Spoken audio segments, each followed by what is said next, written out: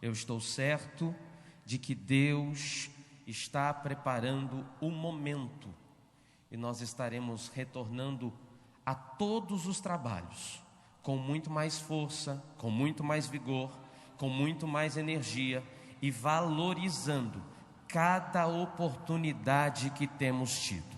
Obrigado, pastor, por essa tão honrosa oportunidade. Pastora, que Deus abençoe. Deus abençoe os obreiros e toda esta igreja, todos os professores que eu já avistei aqui, com muito carinho. Queridos, é sempre especial estar na casa de Deus. E o Senhor colocou algo em meu coração e eu quero compartilhar convosco.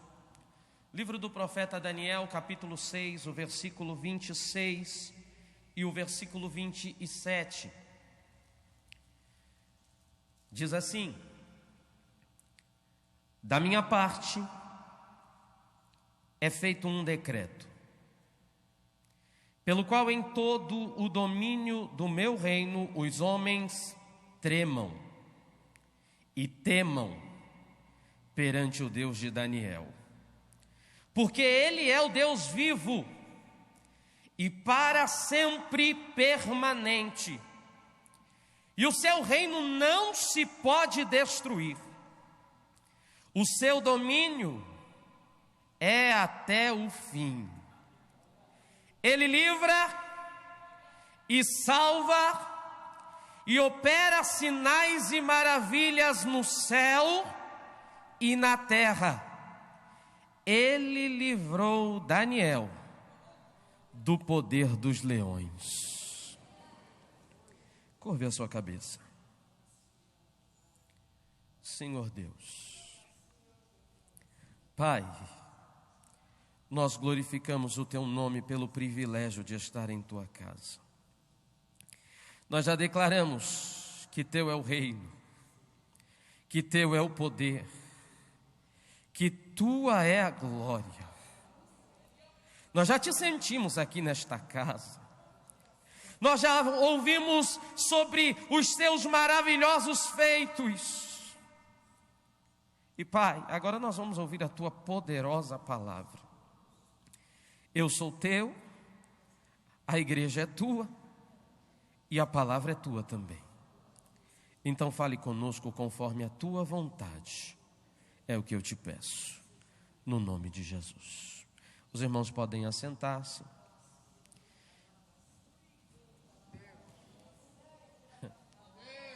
Queridos, a gente sempre se preocupa quando temos essa responsabilidade. E eu me preocupava bastante. E o Senhor me levou a uma história muito conhecida. Eu poderia falar esta manhã sobre muitos outros personagens da Bíblia. Eu poderia falar sobre Abraão, o pai da fé. Mas se eu falasse sobre Abraão, eu teria que falar sobre a mentira de Abraão. Eu poderia falar sobre Isaac. Mas de igual modo, se eu falasse sobre Isaac, eu teria de dizer que Isaac mentiu em dado momento da história. Eu poderia falar sobre Jacó, mas eu não poderia ignorar o fato de Jacó ter enganado o próprio pai. E se eu avançasse um pouco mais, eu poderia falar sobre Moisés, mas não dá para ignorar que Moisés matou um homem. Orlando, vai mais adiante. Eu poderia falar sobre Davi, um homem segundo o coração de Deus, mas Davi cometeu adultério e providenciou ainda a morte de um homem para tentar se safar. Mas aí eu chego num homem chamado Daniel. E por mais que eu me esforce, por mais que eu procure com minúcia, eu não encontro nada que desabone este homem. O capítulo 1 do livro do profeta Daniel começa nos contando que Judá está cercado. O momento era terrível. A Babilônia já havia matado muitos homens à espada, mas resolveu mudar a estratégia e cercou a cidade. Ninguém entra, ninguém sai. Consequentemente, não chega alimento. E alguns historiadores vão dizer que os homens chegavam a desejar alimentar-se do próximo. Tamanho era o desespero. E aqueles que não haviam morrido à espada estavam angustiados, porque desejavam ter passado pelo fio da espada a ter que enfrentar aquele momento. Chega a hora então da Babilônia invadir Judá. Muros queimados, portas quebradas, devastadas, templo destruído e saqueado. Mas havia uma recomendação. Nabucodonosor deu uma ordem. Eu quero que vocês me tragam homens nobres, qualificados, que possam ser úteis no palácio, em quem não haja defeito. E aqui aparecem 4 personagens: Daniel, Ananias, Misael e Azarias, que ao chegarem na Babilônia receberão outros nomes: Beltesazar, Daniel. Ananias, Misael e Azarias, talvez alguém aí está estranhando, são os mesmos Sadraque, Mesaque e Abidnego. E o rei manda oferecer a esses jovens os manjares do rei, o melhor que havia disponível naquele momento. Mas Daniel propôs no seu coração não se contaminar. Ele olha então para Aspenaz, o eunuco do rei, diz: eu não quero.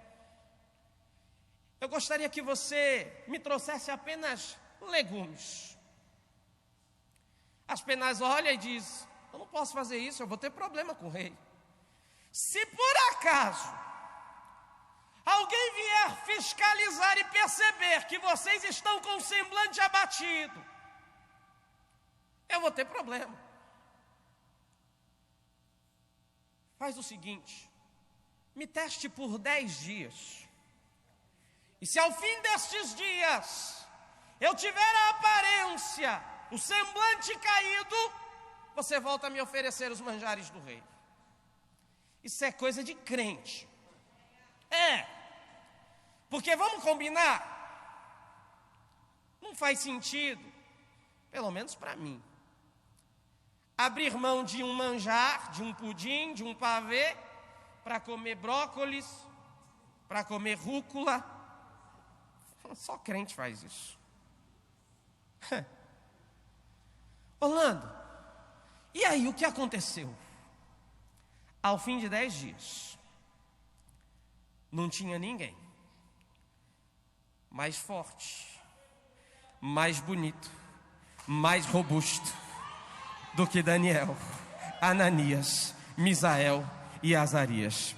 Pastor, eu cheguei a uma conclusão: mãe sabe das coisas. Porque quando mãe guardava o danoninho e falava: você vai comer brócolis para ficar forte, a gente não acreditava, mas mãe já sabe das coisas. Deixa eu falar uma coisa para você e vamos trazer para a nossa realidade esta manhã. Tem muita gente que está olhando e está dizendo: eu não vou abrir mão disso porque ele faz e dá certo, eu não vou fazer desse jeito porque está todo mundo fazendo de outro. Deixa eu contar uma coisa para você: a gente não come a mesma comida que o mundo lá fora come, não. Ei, sabe o que alimenta crente? É Bíblia. Sabe o que alimenta crente? É palavra. Para de querer comer o que todo mundo come. Pois bem, agora a gente chega no fim de 3 anos, que foi o período que eles foram alimentados, quando eles chegam diante do rei, o rei faz uma espécie de uma chamada oral, com todos os sábios. Não tinha ninguém mais inteligente do que os 4 de Judá. O texto vai dizer que eles eram 10 vezes mais inteligentes. Deixa eu contar uma coisa que o meu Deus me autoriza aqui esta manhã. O meu Deus vai fazer para aqueles que permanecem fiéis 10 vezes mais do que você está esperando. A primeira coisa que a gente precisa aprender aqui nesse capítulo 1 é isso. Alimento remete à cultura de uma região. Como assim, Orlando? Não foi por acaso que Nabucodonosor mandou oferecer aquela alimentação diferente. Eu não sei vocês, mas eu sou filho de uma alagoana. E eu me lembro, pastor, que quando eu era mais moço, minha mãe pegava um prato com farinha, descascava a manga e comia manga com farinha. Misericórdia! Eu já ouvi risada de quem gosta desse negócio. Isso remete a uma região específica do nosso país. A comida que a gente come identifica da onde somos. Para de comer porcaria e começa a comer a comida que nos alimenta de verdade. O capítulo 2 agora começa dizendo que o rei tem um sonho e ele acorda perturbado. Manda chamar todos os sábios. Pois não, rei. Eu tive um sonho e quero saber qual é a interpretação. Tá certo, rei, conta pra gente o sonho. Vocês não entenderam. Eu nem me lembro o sonho. Eu quero saber o que eu sonhei e o que significa. Rei, tu tá doido. Não tem jeito. Isso aí não dá. Não tem nenhum rei na história que pediu uma coisa assim. Tem jeito não. Ah, é? Então eu vou baixar um decreto aqui. Se não me disserem o que eu sonhei e o que significa, eu vou matar todos os sábios. Arioque, o capitão, chega para Daniel. Daniel, bora que tu vai morrer. É o quê? O rei mandou matar todos os sábios. Por quê? Porque ele teve um sonho, não lembra qual é e quer saber a interpretação. Fala para o rei aguentar um pouquinho aí, que eu vou falar com aquele que revela o oculto, o profundo e o escondido. Daniel chama os amigos, porque esse negócio de chamar amigo só para falar besteira, querido, vai acabar. O negócio é chamar amigo para orar. Ei, Ananias, Misael e Azarias, a gente está com problema e estamos precisando conversar com aquele que resolve. Eles vão para a oração. Sabe o que Deus faz? Revela o sonho e revela a interpretação. Aí a gente chega no capítulo 3. No capítulo 3, o texto conta que o rei erigiu uma grande estátua, toda de ouro. No sonho do capítulo 2, ele era a cabeça de ouro, mas ele queria era ser tudo de ouro. Ele erigiu uma estátua e baixou uma ordem. Quando vocês ouvirem o som da música, todos devem se prostrar e adorarem a estátua. A música toca, todo mundo se prostra. Mas eu já disse que a gente não é todo mundo. Ananias, Misael e Azarias fica de pé. Deixa eu contar mais uma coisa para você. Quando está todo mundo se prostrando diante de algo que não é Deus, esta igreja permanece de pé. E aí tu sabe, né? Ficou de pé, vai apanhar. Está em evidência. Correram para o rei. Ô rei, tem 3 cidadãos que não se prostraram. É o quê? Rei. Quem? Sadraque, Mesaque e Abidnego. Não é possível. Manda chamá-los. Ô Sadraque, Mesaque e Abidnego, é de propósito? Ou vocês não entenderam? Vou fazer o seguinte, eu vou dar mais uma chance para vocês. E aí quando vocês ouvirem a música, vocês se prostrem. Fica sabendo, rei, que é de propósito sim. Não, vocês não entenderam. Se vocês não se prostrarem, eu vou lançar vocês dentro da fornalha. E eu quero saber quem é que vos poderá livrar do poder do fogo. Ô rei, tu não entendeu. Quem não entendeu foi você. Nós não vamos nos prostrar. E fica sabendo que se o nosso Deus quiser livrar, Ele livra. E se Ele não quiser, não tem problema. Nós não vamos nos prostrar. O rei ficou furioso. Mandou chamar os soldados mais fortes. Os mais fortes. Amarrem-nos. Faz o seguinte, aumenta a temperatura da fornalha 7 vezes mais. O calor era tão intenso que os homens mais fortes, ao lançarem Sadraque, Mesaque e Abidnego dentro da fornalha, morreram.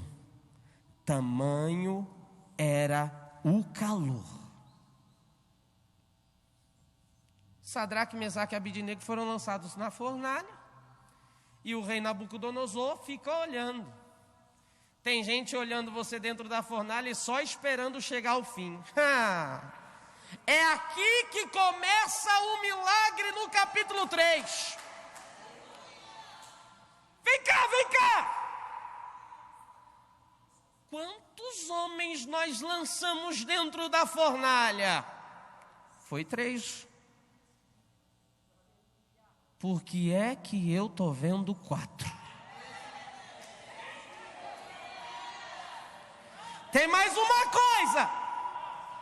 Nós não lançamos eles amarrados. Por que é que eu estou vendo eles passeando no meio da fornalha?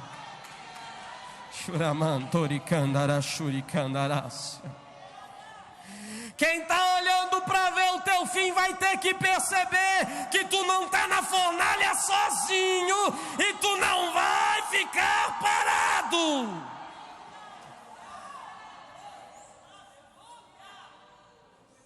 Oh, Sadraque, Mesaque, Abidnego, venham para cá. Deixa eu contar só mais uma coisa para você. O milagre dentro da fornalha é algo especial demais. Mas o milagre maior não é lá dentro, é quando você sair de lá. Holanda, eu não estou entendendo, eu vou explicar para você. Ananias, Misael e Azarias, antes de serem lançados, já sabiam o que Deus podia fazer. Mas Nabucodonosor não. Tem gente que não está entendendo. Ei, quando eu e você entramos nessa fornalha, nós já sabíamos que Deus é poderoso para nos livrar. Mas tem alguém lá na tua casa que ainda não conhecia.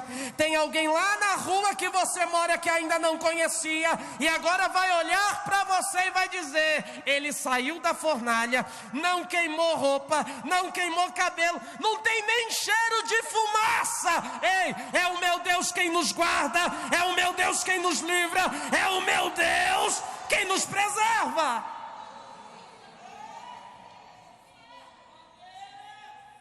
Eu vou correr, queridos, porque eu quero encerrar no capítulo 6. Capítulo 4, Nabucodonosor não dá a glória a Deus e vai perder o entendimento e vai viver entre animais, molhado pelo orvalho, até compreender que só Deus merece glória. Capítulo 5, um sucessor de Nabucodonosor ocupa o trono e faz tudo errado. Pega os utensílios que foram trazidos da casa de Deus e começa a beber, a cometer todo tipo de orgias com os utensílios da casa de Deus. Aí sabe o que acontece? Aparece um dedo escrevendo na parede: Mene, mene, tekel, parsim. Os joelhos começaram a tremer. Ninguém conseguia entender o significado daquilo. Até que alguém se apresenta e diz: ô rei, tem um homem diferenciado. Todas as vezes que teu pai precisava, mandava chamar. Quem? Daniel. Então manda trazer Daniel aqui. E aí uma pergunta que vai ser eternizada: és tu aquele Daniel? Em algumas traduções, és tu o mesmo Daniel? E eu transfiro essa pergunta para mim e para você hoje. Eu me lembro do Orlando do início. Eu ainda me lembro do Orlando no primeiro amor. O Orlando que rejeita manjares do rei. O Orlando que, quando está em apuros, dobra o joelho para falar com o Senhor. Você ainda é o mesmo do início? O tempo passou. Você ainda é o mesmo? Mas estamos em pandemia. A pergunta é: você ainda é o mesmo? Porque nós já ouvimos aqui: o nosso Deus é o mesmo, e Ele permanece conosco todos os dias. Daniel se apresenta, faz a tradução, a interpretação do escrito na parede, e imediatamente após, a Babilônia é conquistada pelo Império Medo e Persa. E a gente chega finalmente no capítulo 6. E é onde eu me detenho por mais tempo e encerro essa mensagem. Agora já não é mais a Babilônia que está no comando. E o capítulo 6 começa dizendo que um rei por nome Dário, preocupado com as coisas do reino, ele resolve instituir 120 presidentes para cuidar, para fiscalizar do reino. E sobre esses 120 presidentes, tem 3 príncipes. E entre esses príncipes, tem alguém de quem nós já falamos aqui essa manhã. O nome dele? Daniel. E tem mais uma coisa: entre os 3 príncipes, Daniel era o que se destacava. E quem se destaca, sempre apanha. Versículo 4 vai dizer que eles procuravam algo em que pudessem desabonar Daniel. Mas por todo o esforço que fizeram, não conseguiram. E aí sabe o que eles fizeram? Apelaram. Só tem um jeito de pegar esse Daniel. Tem uma coisa que ele não abre mão. Tem uma coisa que ele não para de fazer. O que, Orlando? Ele não perde o contato com Deus dele.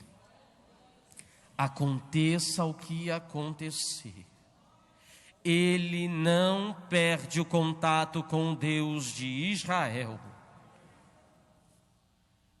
Os príncipes elaboraram uma estratégia. Ô rei, o senhor é soberano, igual o senhor não tem, e a gente está querendo te homenagear. Vamos fazer o seguinte: a gente elaborou aqui um documento para que em 30 dias ninguém recorra a nenhum outro senão o senhor, sob pena de morte. Vai ser lançado na cova dos leões. O rei gostou, porque o ser humano tem essa tendência, parece uma necessidade de ser elogiado. O rei se envaideceu e logo publicou o edito: 30 dias, só comigo agora. Não pensou nas consequências. O edito é publicado, e aí eu me lembro de uma ministração do nosso pastor aqui, no primeiro semestre do ano passado. A janela está aberta. Orlando, o que significa isso? Daniel tomou conhecimento da lei. Não podia. Mas peraí, aí já estão querendo demais. Ficar sem falar com meu Deus? Não dá não. Orlando, era só 30 dias. Às vezes a gente fica tanto tempo sem falar com Deus, né? Que parece que 30 dias não dá nada. Daniel não. Todo dia, 3 vezes ao dia, ele não abria mão de falar com Deus Todo-Poderoso. Orlando, ele podia ter feito isso escondido. Não precisava ter arrumado toda essa encrenca. É assim que a gente começa a abrir mão de princípios e valores. É assim que a gente perde a noção de que nós fomos chamados para fazer a diferença. Daniel vai falar com o Senhor. O que acontece?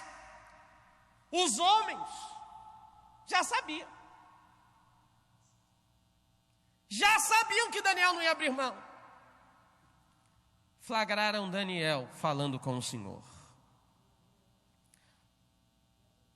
Chegaram para o rei e disseram: rei, tem um homem, um cativo de Judá. O senhor não assinou um decreto dizendo que era só contigo que podia falar e pedir? Sim, e não pode ser revogado. Pois bem, rei, Daniel, um dos cativos de Judá, flagramos ele falando com o Deus dele. Aqui eu abro um parênteses. Daniel já não era mais um jovem. Já haviam se passado mais de 50 anos. Foram 70 anos de cativeiro. Então, Daniel já era um senhor de idade. Daniel já tinha sido superintendente, governador, presidente, e agora ele era príncipe. Mas quando os inimigos foram acusá-lo, Daniel, um dos cativos de Judá. O inimigo sempre vai tentar lembrar o teu passado, para te chatear, para te magoar, para te desmerecer. Mas ele está tão enganado, que quando as nossas deficiências aparecem, o nome do Senhor é glorificado.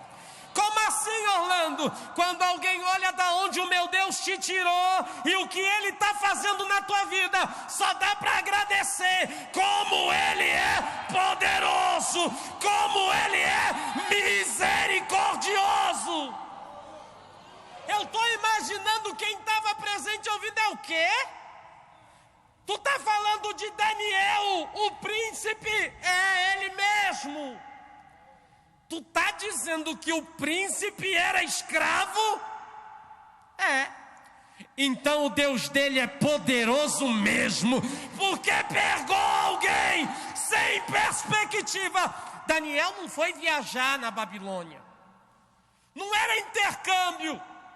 Ele viu a sua cidade sendo destruída, os seus sonhos sendo devastados, perdeu amigos, perdeu família, mas ele não abria mão do seu relacionamento com Deus. É verdade que o momento é difícil, já choramos, talvez até nos desesperamos em algum momento. Mas não esquece que Deus está no controle da situação, não. Queridos, Daniel agora vai ser punido. Simplesmente por servir ao Senhor. O rei ficou triste. O texto diz que o rei ficou triste.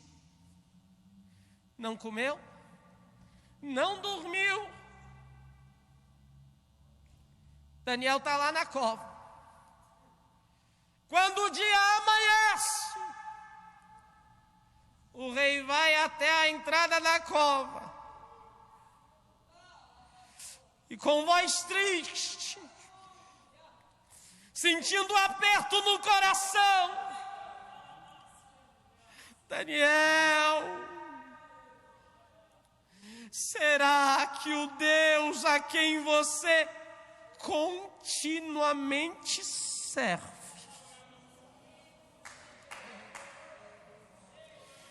será que Ele pode te livrar do poder dos leões?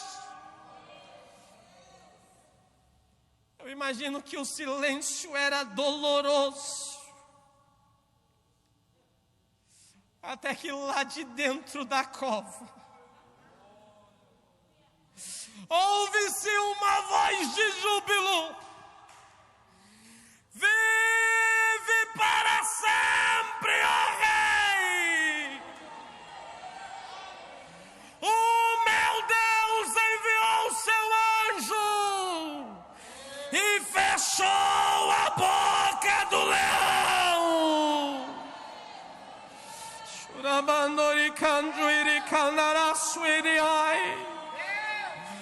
Ei!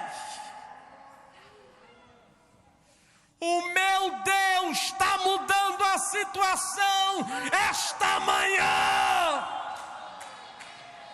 Aqueles que acharam que tu ia parar na pandemia, vai ter que ver que o meu Deus enviou o seu anjo. O rei manda mais do que depressa tirarem Daniel de dentro da cova. Lembra dos príncipes que conspiraram contra Daniel? Eles que vão para a cova agora. Não deu nem tempo de chegar no interior da cova. Os leões devoraram aqueles homens.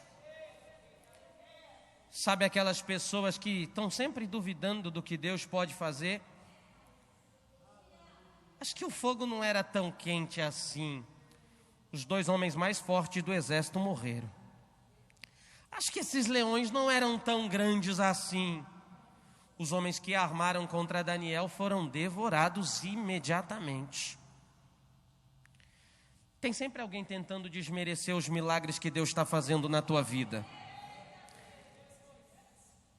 Fica tranquilo. Sabe o que a gente vai viver agora? Daniel, capítulo de número 6. O versículo que lemos diz assim: da minha parte é feito um decreto, pelo qual em todo o domínio do meu reino os homens tremam e temam perante o Deus de Daniel. Eu vou pedir para você mudar aqui agora. Onde está escrito Daniel, você vai inserir o seu nome. Os homens tremam e temam diante do Deus do Orlando, da Maria, do José, do Lucas. Ei, os homens vão ter que reconhecer que Deus é na tua vida. O livro de Daniel tem mais alguns capítulos, mas eu vou parar no capítulo 6. Mas vai ser Daniel, o homem que vai receber revelações apocalípticas. Daniel vai fazer uma campanha de 21 dias. E o Senhor vai se apresentar e vai dizer: Daniel,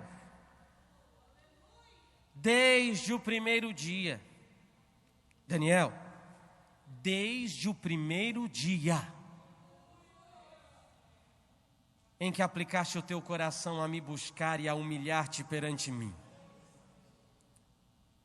foram ouvidas as tuas palavras. E eu vim por causa das tuas palavras. Eu encerro dizendo: o meu Deus veio aqui esta manhã para te ouvir. O meu Deus veio aqui essa manhã só para te escutar. Então, por favor, não perca a oportunidade, porque Ele é poderoso para te livrar do poder do fogo, do poder dos leões. O meu Deus continua no controle da história. Ei, Ele livra, Ele salva e Ele opera sinais de maravilhas. Que Deus vos abençoe.